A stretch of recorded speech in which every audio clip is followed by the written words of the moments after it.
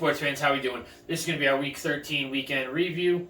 We had a lot of games on the slate this week. Some were pretty big games, some were pretty bad games.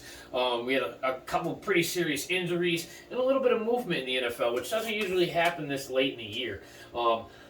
We had Baker Mayfield wind up getting released after requesting to be dropped from the team. They released him, and he was actually quickly picked up by the LA Rams. I don't know if he's going to be starting this week, but he's playing the Thursday night game. It's a quick turnaround. Unfortunately, Matt Stafford has a neck injury, and they put him on IR, so he's going to be missing a little bit of serious time. And if the Rams want to make a run at it, they got to do something more than Wolfert, unfortunately. So, we'll see what happens there. I don't know if Mayfield's going to start this week, definitely, but either way, we had some action there. We had some pretty serious injuries this week. Lamar came out in the first quarter. He's going to be week to week. We lost Jimmy Garoppolo for the season. He broke his foot. He does not require surgery. Yeah, so he might be back for the playoffs. But at the same time, that's a pretty rough one.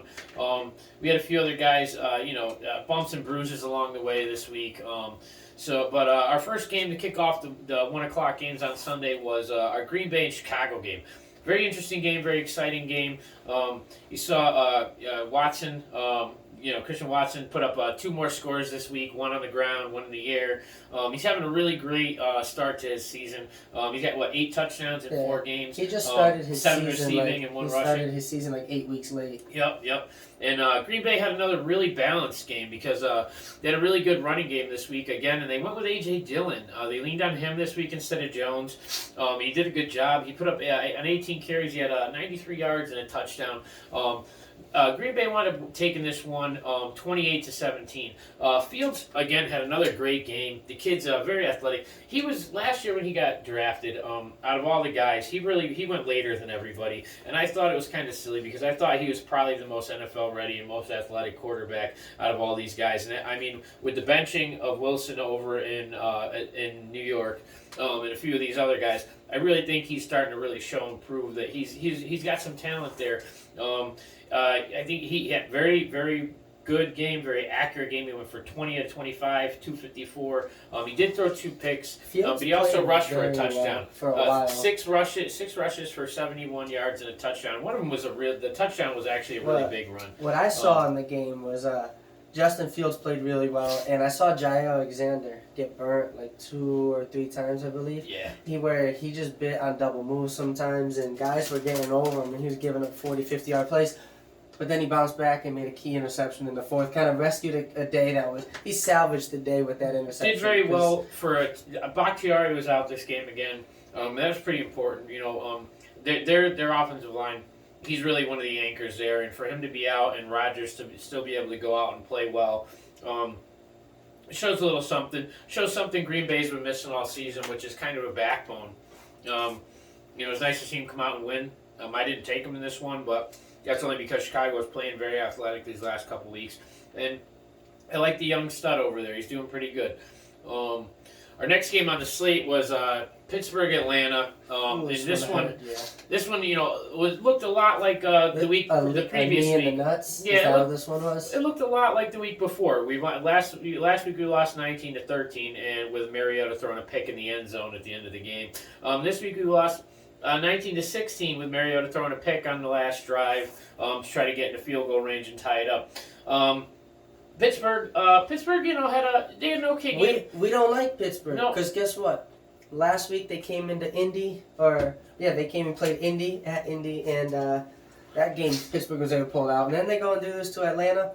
Pittsburgh it felt like a knee right in the nuts. But it really wasn't. It did, but there wasn't really a lot of anything on either side of the ball here. Pittsburgh had 7 different ball carriers for less than 80 yards on the ground.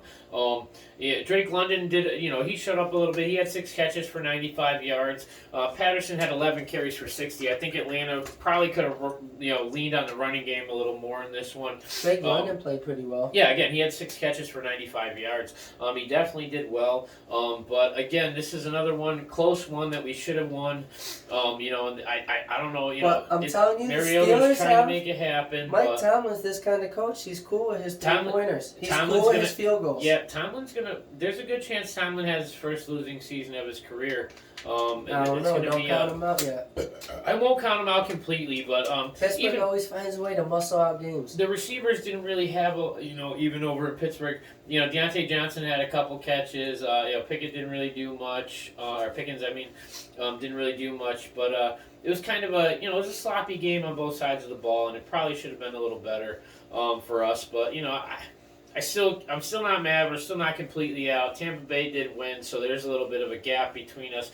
It's going to be a fight for the division, and we'll see how they turn out. But if not, again, we're still doing better than people expected. So it's not a complete All I'm gonna wash say is for me. Pittsburgh has scored 20 plus in 3 out of their last 4 games and they've won 3 out of their last 4 games. We haven't been able to score over 16 points. And it's not the prettiest ball. It's not the best ball you're going to see. But Kenny Pickett is slowly coming along, and they're playing winning football. So. Well, they also have T.J. Watt back.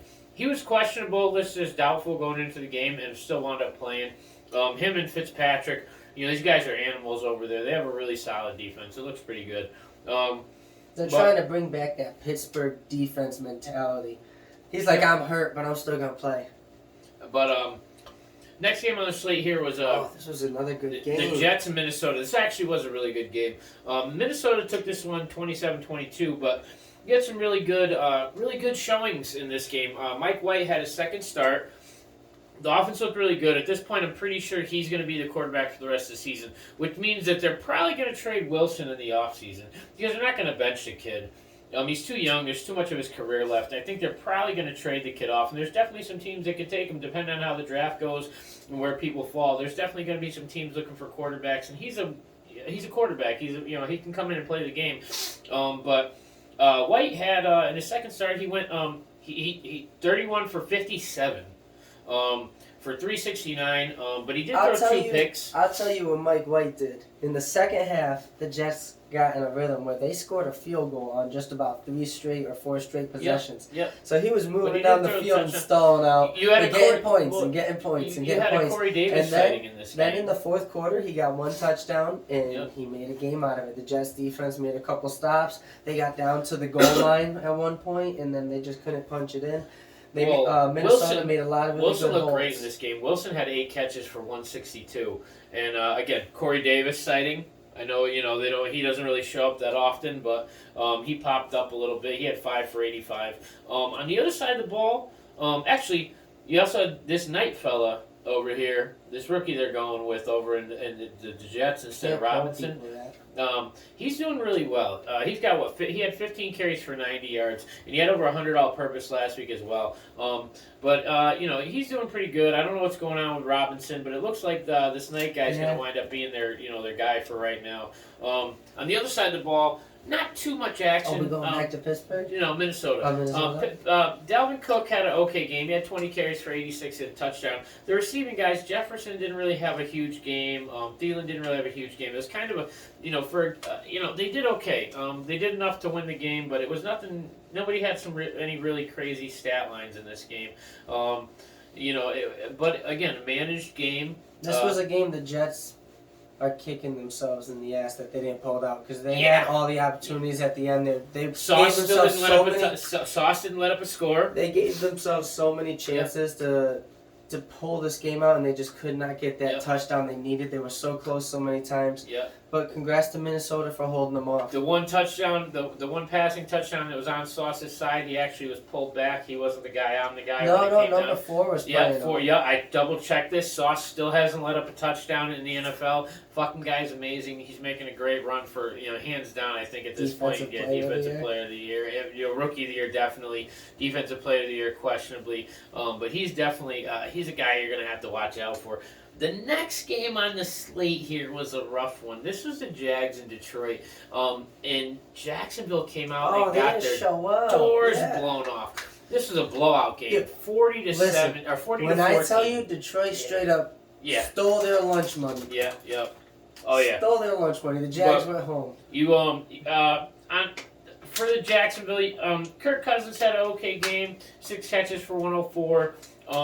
Defensively, Forside Olakun, this guy had another 15 tackles this week, on top of the 18 last week. He's had over 30 tackles in 2 weeks. The guy's an animal. And defensively, there's certain, every once in a while you get these guys where you really gotta make mention of them. And I don't know why Atlanta let him go. Maybe it was a contract issue, but I mean, congrats to the Jags for picking him up. The guy's been a machine on the defensive side of the ball. Amon-Ra had a really good game. Amon-Ra, 11 for 114 and two touchdowns, two actually. Touchdowns. That's what I thought. Goff went off. He had 31 for 41. He actually had a fairly accurate game, about 75%. Goff's that dude, man.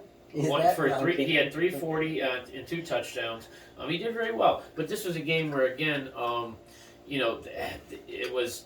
I mean, after Lawrence last week looked so good at the end of the game, you really expected them to come out and be a little more consistent. But you really against a Detroit defense that ranks amongst the bottom and everything. Mm-hmm. You did see again, we had a DJ Chark sighting in this game. He had 5 catches for 98 yards. How'd Swift do? I'm not sure exactly. I didn't see Swift's numbers. It couldn't have been very impressive because there weren't anything I took note of. But this is a game where I think actually Swift did have a touchdown, and so did Jamal Adams again. Williams, I said Adams. But yeah, Jamal Williams. Plays defense. Yeah, Jamal Williams, again, had another rushing touchdown. So he leads the league in scoring touchdowns right now with, I think, 14 or 15, which is crazy because his rushing yards are down, but he's a goal line machine. This game was all Detroit. Yeah, it was all Detroit. The next game was one of the funnest games to watch all week. Cleveland versus Houston. And No, you skipped one. We missed Philly, we'll get back Tennessee. to it then. Cleveland versus Houston. And we had Deshaun Watson out there. This is a game everybody playing watched. Some awful football. That guy played terrible. This is a game everybody was watching because this is Watson's first game back. He did terrible. He completed only 12 of 22 for 131 and a pick. Cleveland had They won this game 27-14, so it looks pretty good on paper. They didn't have a single offensive touchdown. It was all special teams and defense. It was kind of embarrassing. On the other side of the ball, you had Houston who Kyle Allen had his second start this week.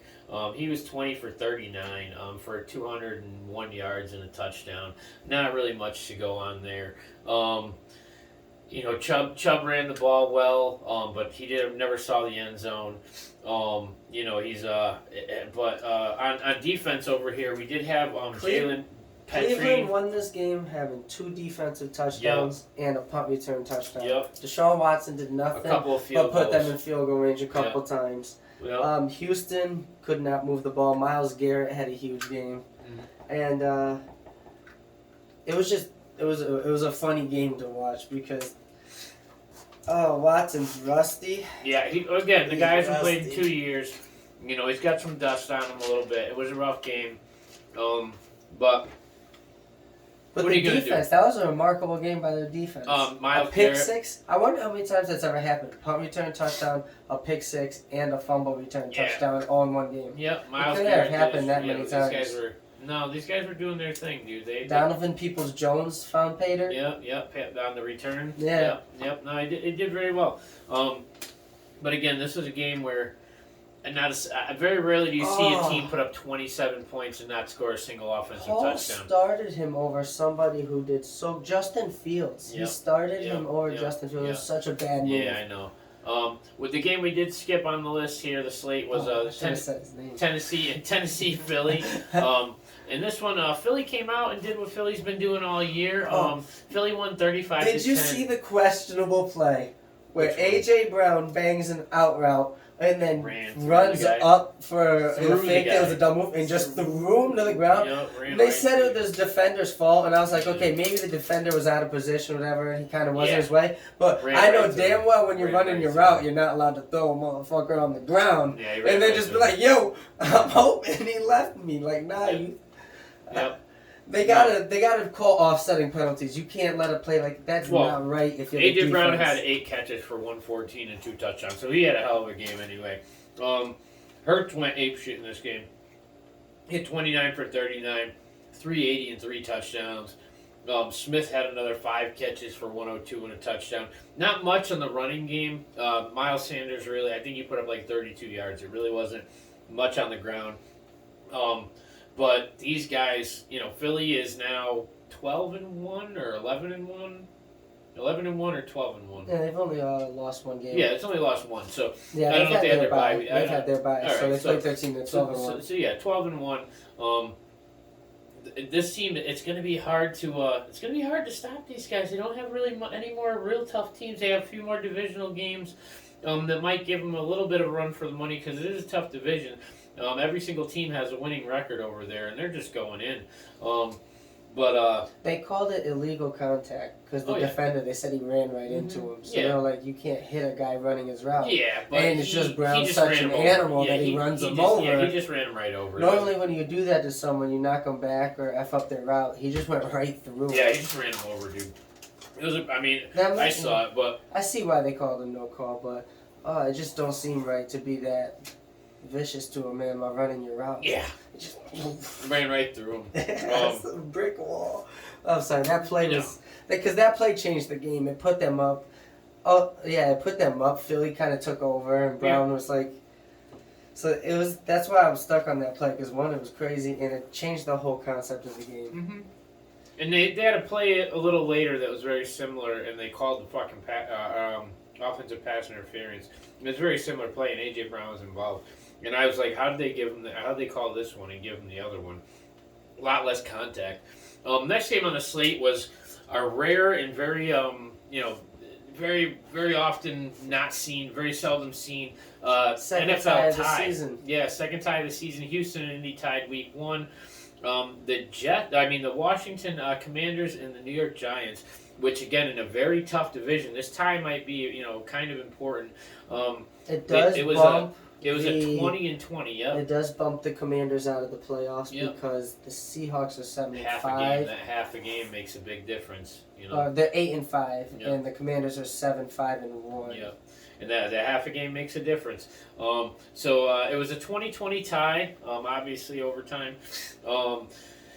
Heineke made some big plays at the end to force OT. He couldn't do it again in OT. But one of the huge things I got to say about this guy, Robinson, this rookie, another kid who's making a good argument for, he's up there. If you don't talk about this kid for Rookie of the Year offensively, you're kind of silly because he's in the top 25 in rushing. He got shot in the leg twice during a carjacking in preseason and made it back after a couple weeks. And has been his numbers would be. They're getting progressively better. He had 21 carries for 96 yards. He did really good over there. Heineke made some plays. Terry McLaurin, 8 catches for 105 and a touchdown, that was important, because it kept him in the game. It was just on the Giants side of the ball. This is one where thank God for Danny Dimes. Because Danny Dimes and his athletic, he led the league in rushing. Led the team in rushing this game. Saquon, they pretty much were able to keep him under control. But Danny Dimes had a great rushing game. He was able to make some passes. Not a lot of guys caught too many balls over there. He spread the ball out pretty well. So there's not a lot of crazy stat lines on the Giants side of things. But this was a game where he's really shown. Again, when he got drafted, I really thought they just got a younger version of Eli. And the plays that he's made in the last couple of seasons, Eli could have never made with the leg plays, the rush. I don't think Eli's ever rushed for 50 yards in a game. Doesn't mean he's not a younger version Danny of Eli. Dimes got like 5 or 6 games over 50 yards already this season. He's still a younger version of Eli. They just do it in different ways. More athletic. I do like it in different ways. Eli was better at throwing this. But there's a toughness. Eli had a different receiving. Eli was an Iron Man. He's up there as one of the most consecutive starts of any player. I understand that. But that doesn't, just because you stayed in the games doesn't mean you should have been in the game. That's an Iron Man. But the next game was probably the ugliest game of the week, and this was the Denver-Baltimore game. And we expected a lot more in this game. Lamar got hurt in the first. Lamar got hurt in the first, and you had Huntley come in and take over. And this is a game where he looks like a watered down yeah. version of Lamar. Yeah, he looks like a very untalented version of Lamar. And No, I wouldn't say untalented. Russell Wilson had a horrible game again. Denver lost this one 10-9. Again, garbage game. The new slogan is Broncos country. Let's hide. Yeah, they didn't. Nobody caught. Cortland Sutton didn't have a single target in this game. Not a single target, not a single catch. Jerry Jeudy was almost non-existent. Their their tight end was the number one pass catcher in this with only 4 catches. Wilson's numbers just look really, really bad. And they, Mark Andrews caught a few balls, but there was really no offense in this game. Broncos are averaging 13.8 points per game. That is brutal. Yeah. Denver's it's bad. Denver's in a bad situation. They need to get out of. Latavius Murray led to Denver in rushing this game. But they're still a team that. You thought you knew who they were. You thought they had an identity coming into the season, and they really just look like a lost team right now. I don't really know how else to explain it, but it is what it is. Next game was supposed to be the game of the week, really, and it wound up being not quite that. That was a fantastic game. You had Miami versus San Fran, but you had Jimmy G. I'm going to explain it first because he's talking it down. This was an amazing game. First play of the game, off the rip, Miami hits a 75-yard passing touchdown, not to Tyreek Hill or Jalen Waddle. Nope. Hits wide receiver 3, takes it all the way downfield. Do you know his name? No, I don't know. I lost it too. But takes it all the way downfield. I looked at my brother, I was watching the game with my brother, I said, San Fran's going to relax, but whatever, bad play happened, we're going to settle in. San Fran jumps out to a lead, and then Miami fights back. But San Fran played real good defense the whole time. They intercepted Tua tags a couple times, and it looked hard. He had a very bad completion percentage. I think he was completing less than half of his passes. Tua finished 18 of 33.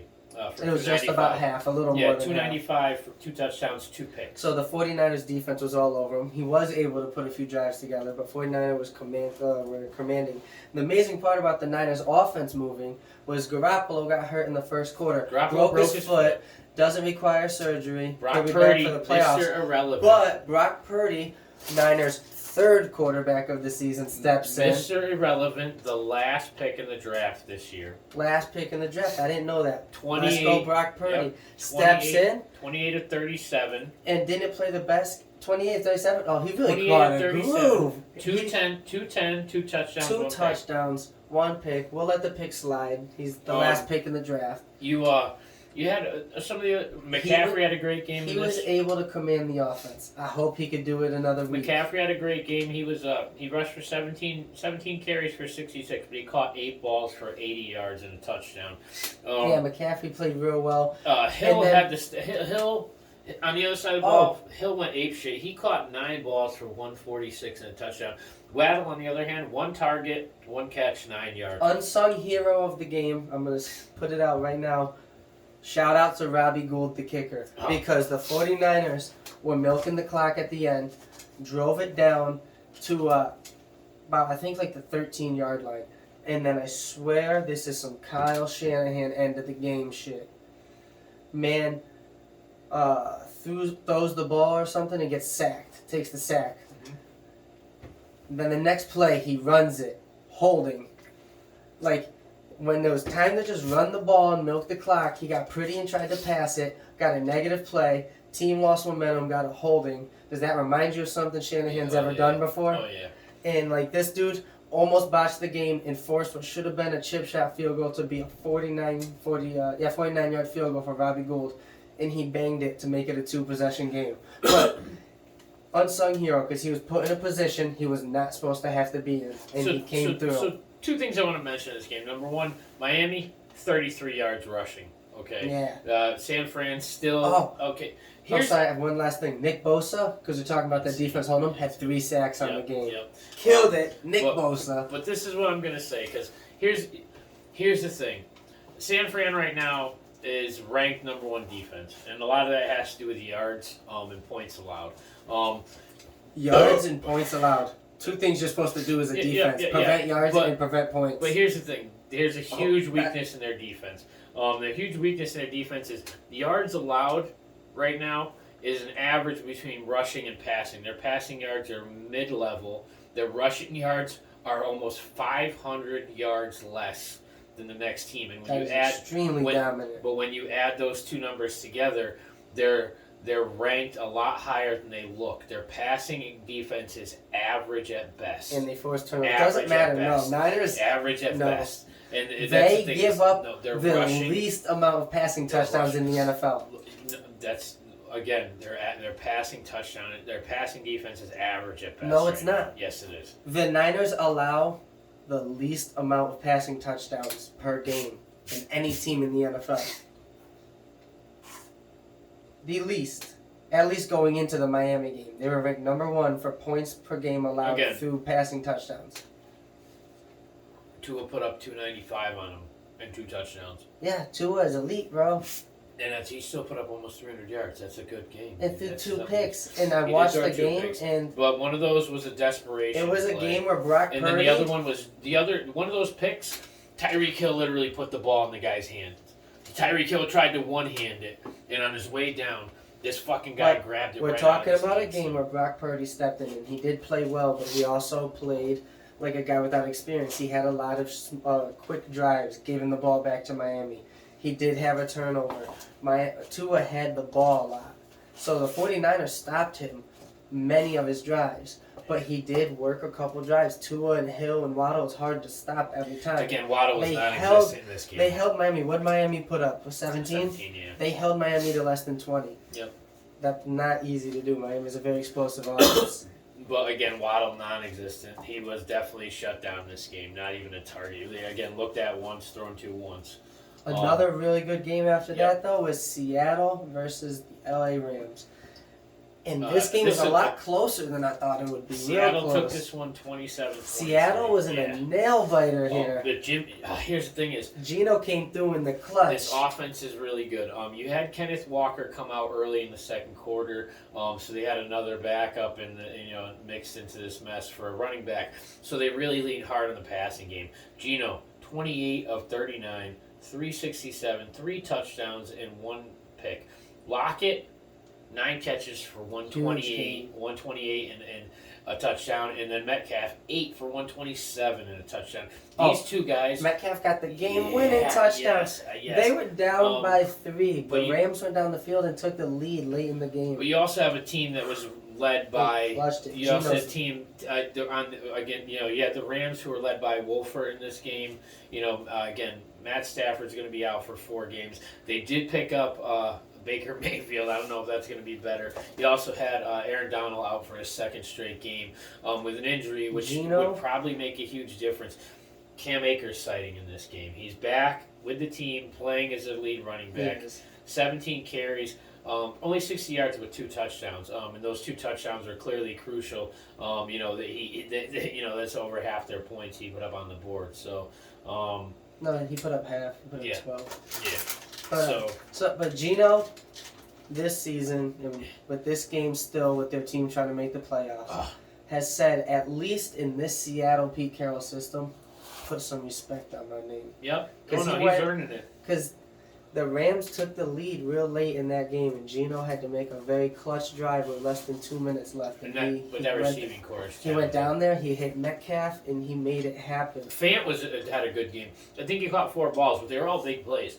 It was it's very interesting to see, Seattle playing well, weathering the running back injuries.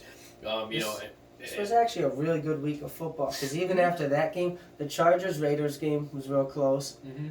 We're going to get into all of them, but the Kansas City-Cincinnati game was a really good game. Indy-Dallas was a real interesting game. And the New Orleans-Tampa Bay was a really good Tom game. Brady special. Yeah, so Tom Brady that special. brings us to the next game. We got Chargers versus the Raiders, in which this was a very close game. Came down to a couple possessions, and there was a few people who ate. I don't know if you want to get into it. Yeah, again, this was a crazy game. Some really nice stat lines in this.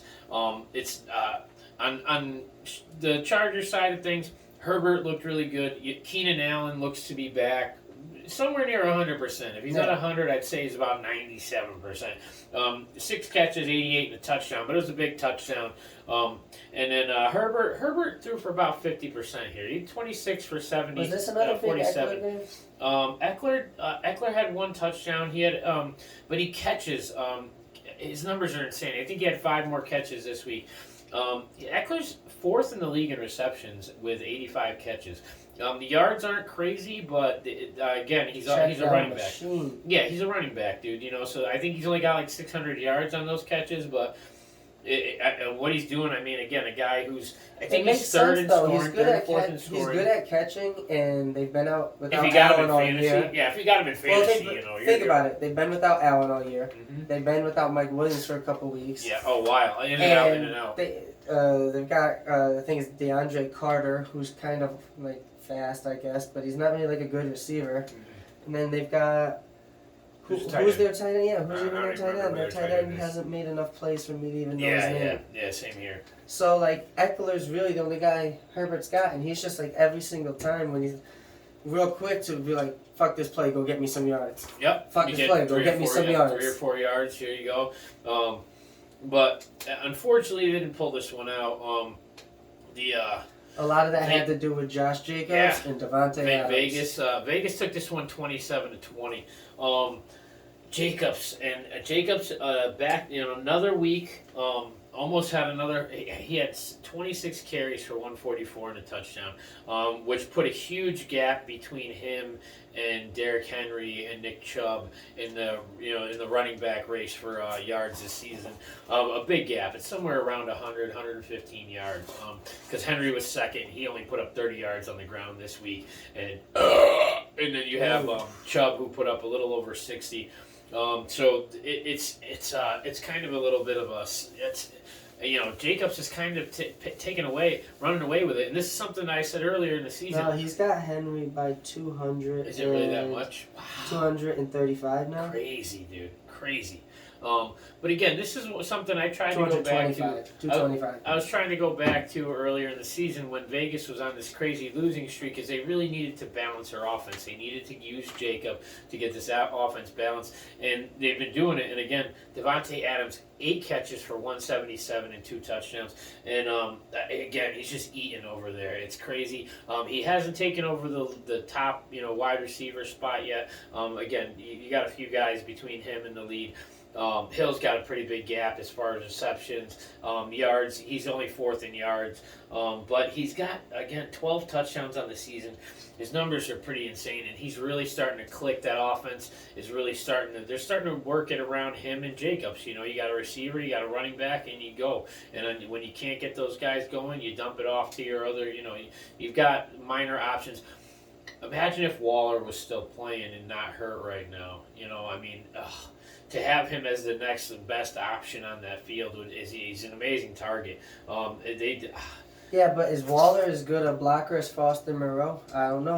Because Josh Jacobs, since Waller's been out, Josh Jacobs is that's when his season started turning around. Like he wasn't eating in the first 3-4 games. No, and then Waller got hurt, and all of a sudden Jacobs with Moreau as the lead tight end as an extra blocker is just boof, boof, boof, boof, all over the field. He's having a fantastic season. He is. That last week, 300 scrimmage yards. I actually lost a $50 bet to what's his name in the fantasy football league, Cooper's Cup. I lost Justin. a $50 bet to Justin because he said Josh Jacobs was going to be top 5 amongst running backs in yards from scrimmage, and I said no, he won't.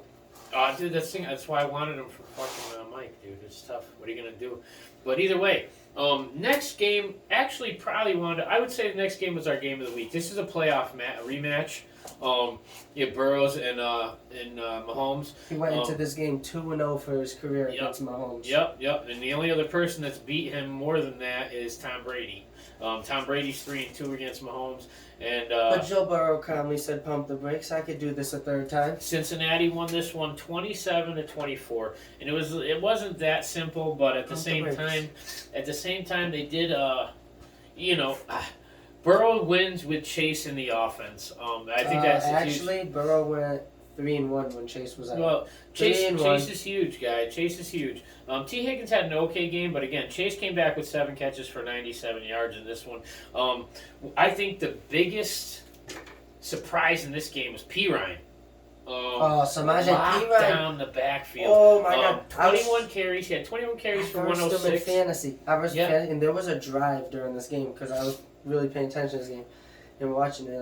There was a drive where just about every single play was to Samaje Perine. This drive, he touched the ball like 6 times. Well, he got 21 carries for 106, and then he had 6 catches for 49 yards. The guy was just, he really took over the game on He was both working. sides. He was picking up first downs, making 9 yards, yep. 8 yards. Yeah. Well, the thing is, he's got to make his case for whether it's his team or another team, because eventually Mixon's going to be back, and he's going to be the guy, the leader. Why can't he just be that beautiful split back that hangs Because around? why stick around if you can be the lead guy and get a payday somewhere else? These guys play for money too, But you got chances of going to the Super Bowl in this system. You've been in it. It works. You went there last year, and the team's picking up steam. Burrow had a really good game this week. Very accurate game. He had 25 of 31 for 286 and 2 touchdowns. He also rushed 11 times for 46 yards and a touchdown. He actually led the team, he was second in the team in rushing to Pirine, but he was 46 yards on 11 carries. He was the second. He carried the ball second most out of anybody on the team. And again, I buy into the Cincinnati hype train. Joe Burrow's they're 3-0 catching against momentum. Mahomes. Maybe Burrow's their kryptonite. No, I think Mahomes is kryptonite. I think Burrow's a top 5 quarterback in the NFL today. Well, here's the thing. And I think Burrow's in Cincinnati as a whole are picking up steam. They went 3 of 4, 3-1. So do you think Cincinnati's better than Buffalo? I think That's Cincinnati my question. is, yes, they're on Buffalo's level. And in Okay, a 'cause playoff here's the thing game, is, if a few plays go Cincinnati's way, which any team needs in the playoffs, yeah, Cincinnati can most definitely beat Buffalo in an AFC championship. so here's the thing is, Cincinnati's better than Kansas City. Okay, Buffalo's better than Kansas City. So is Cincinnati better than Buffalo? I think they're just as good. I don't know if I'll call them better. I think Buffalo can play more consistently with that roster, so that might make them better. But I think when it comes down to one game, win or go home, Cincinnati would be right about like a 47% chance to win the game. Buffalo gets that slight edge. I'll give you okay, all right. Because again, but the thing, everybody ranks Kansas City Mahomes number one. But realistically, I don't think Kansas City's number 1. I think maybe 3rd because realistically, Cincinnati and Buffalo I think are better.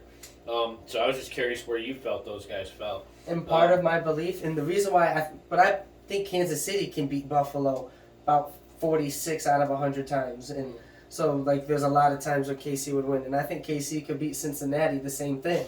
Like, it's close to 50-50 with those matchups. And the reason it comes down to is because Mahomes, Burrow, and Allen are all in the top 5 quarterbacks in the NFL. I know you like to rank Burrow that high. I wouldn't put Burrow that high, but at the same time, maybe that's another segment we'll have to do another time. But again, this game came down to a couple of game management, making sure they were back and forth, and at the end of the game, Cincinnati made sure they were on top. Mahomes didn't get enough time to pull off one of these crazy miracles. He's such a Joe Burrow hater because he doesn't like how cocky he is. He thinks Joe Burrow's cocky. Yeah. Oh, there's that. He doesn't like him smoking cigars and having swag. We're gonna that was the last of our 4 o'clock games. Got a 103.7. Yeah, I love Joe Burrow's stats. He's definitely top Brady's 5. ranked 5th. Yep. Tom Brady, 45, ranked 5th in quarterbacks. It's one stat, but still, our next game after that was a what? That's the 8 o'clock game. Indy versus Dallas. Indy played for about 3 quarters. And you can start this one off. Indy played for about 3 quarters. They actually played kind of well. If they had converted on a 2-point, it'd be a tie game at 1 point. And then in the 4th quarter, they had a few turnovers. I think Matt Ryan threw 2 or 3 of the interceptions, and then one of them was a pass to Moelle Cox, and he fumbled. And Dallas took that back for a touchdown. So 4 turnovers in the 4th quarter just crippled our chances. The Colts folded like a damn lawn chair. This was one where they came back from the half at down 8 points. Indy was close. And like he said, Dallas put up 33 points in the fourth quarter, which I think was I think it was like the fourth or fifth highest scoring quarter in football ever. Dak, it's not that Dallas played a bad game. It was it's not starting to look like a Madden game where Pierce, like you guys had a good. Pierce had a good. it was game starting for you to guys. look like a Madden game where the other team was just like fucking Figured around it through out. three. No, just Yeah. fucking around through three quarters, Mhm. and then they were like, "All right, I know exactly what this dude's trying to do to me. I'm gonna just." Dallas take has on got a top defense, man. So it's tough. But Pierce had a good game for you guys. 4 catches for 86 yards and a touchdown. it. He did have a good game. Yeah. He's had an alright rookie season. It's nothing gonna blow his doors off. He's not gonna be the top rookie receiver. No, Dak But- threw for 60%, 65%. He was 20 for 30 with 3 Okay. touchdowns and a pick. I think Pierce Um, has like 500. Pretty well balanced running game over in Dallas. They're pretty successful on the ground. They rushed for almost 200 yards. Pollard had 6 carries for 91 and 2 touchdowns. Elliott had another 17 for 77 and a touchdown. And Lamb, came out and had I don't want to say a mediocre game. He had 5 catches for 71 and a touchdown. So it's pretty good, but you expect a little more. These guys, I think they're in the top runner for. I think they're in the top running for Beckham. I think Dallas is the team. He could do they could use him the most. I don't think he's a good addition in Buffalo. I don't know why he would go back to New York. I think Dallas is the biggest contender that would actually be able to use New him. York would pay him right now. Yeah, but Dallas could use him on the other side of Lamb, where if you bring him into Buffalo, they're already talented on the field offensively in every position. Between Gabe Davis, what he can do in the big play abilities, and then Stephon Diggs, they're and Dawson Knox. I think by So, adding Beckham, You you're don't just see taking. how New York Giants would make sense for Beckham in any way. I You don't. So you don't think that anybody that plays. I don't know if Beckham is this way, but you don't think anyone cares about legacy. And if you go to the Giants, I mean, if you go to Dallas and do it, yeah, that would still be legacy points too crazy. But if he goes to the Giants and wins with Danny Jones and Saquon and a team that's really kind of clicking this year, and he becomes that missing piece, and the Giants win another Super Bowl to get their 5th, that'll put them as the 5 Super Bowls. Here's the thing: I don't. That think would the give missing him piece- such a legacy build. I don't think the missing piece in New York is on offense. I do. I think they need a receiver desperately. I think they need receivers. I mean, Slayton but, is starting to kind of step up a little, but I think the missing piece over there is more on defense. They don't have a Super Bowl caliber defense I right think now. they play good defense. I don't think that they have a Super Bowl caliber defense right now, especially with Leonard in and out constantly. You never know when this guy's going to play and when he's not. It's kind of tough, but I think the missing piece over in New York is on defense, and I don't think unless Beckham's going to start playing safety, that's going to matter. No, he's Um, just start playing receiver because but- Danny Jones doesn't really have a lot of people to throw the ball to. But again, I think I think Dallas is probably the front runner to Lamb Beckham. I think he would make a huge addition on the other side of Lamb, and I think what he would be able to do to open up that offense even more would be pretty interesting to see. I think it would be, but we're going to see. I think he's going to pick a team in the next I'm week gonna or pick so. the So. cliche wrap up for this game. Indy, you guys just need to put together for 4 quarters, obviously. Yeah, it's a shame. Taylor had an okay game. I think he rushed for 78 Yeah, in let's this go game. past this game. We're done with this game. But Yeah. the last game on the slate was the Monday night game. It's New Orleans versus Tampa Bay in Tampa Bay. This was an ugly game for like three quarters and 6 minutes. Yeah, 56 minutes. Tampa Bay was down at one point 3 to in the fourth quarter 3 to 16 I think it was, and they hadn't really been able to do much.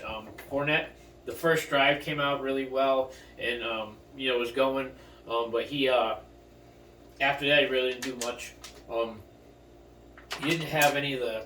Yeah, anybody really put up any interesting stat lines in this game? None New of Orleans the flopped a lot. guys that Tampa Bay are paying money are producing. Chris No. Godwin is not putting up crazy numbers this year. Mike Evans isn't really. He's dropped a ton of passes this year. Yeah, Mike Evans. It's, And even in this game, to win the game, Tom Brady had 4 minutes to score 2 touchdowns, and he He hit did a it. guy named Otto Ottman. Yep. What was his name? Cade Ottman. something Ottoman. like that, yeah, But yeah, something Ottoman, that, like yeah. you put your feet up on Yeah. when you're relaxing, Yeah, or whatever. because But he still, missed Scotty Miller he had a Scotty Miller down the But, on the one yeah. side. So he missed hit him. this guy named Cade for a touchdown. I think it was his first NFL touchdown. and then Tampa Bay makes a stop almost right away. It might be a 3-and-out. Tom Brady special, Gets man. the ball back, and he does it again. Who's Brady he special. hit? He doesn't hit Evans. He doesn't hit Galvin. He doesn't give it to Fournette. It's Rashad. Rashad what? White. Rashad White? Yeah. Rashad White for the game-winning touchdown. Tom Brady specials, 2 touchdowns in 4 minutes in the fourth quarter to take the lead by 1 point, and they won 17-16. I don't really know what to say. New Orleans was trying to hang in Cade there. Otton. I got the name. Yeah. Cade Otton caught a touchdown. So Yeah. Tom Brady's like he might something's not working with him and the guys that are getting paid because But he's here's the hitting thing all is the low key guys. Brady's numbers 36 for 59. He had 281, 2 touchdowns, 1 pick. But Brady again, 4th in the league in passing yards. He's only got 3 picks, which puts him at least amount of picks. Because I think Tua was at 3, but Tua threw a couple picks actually this week.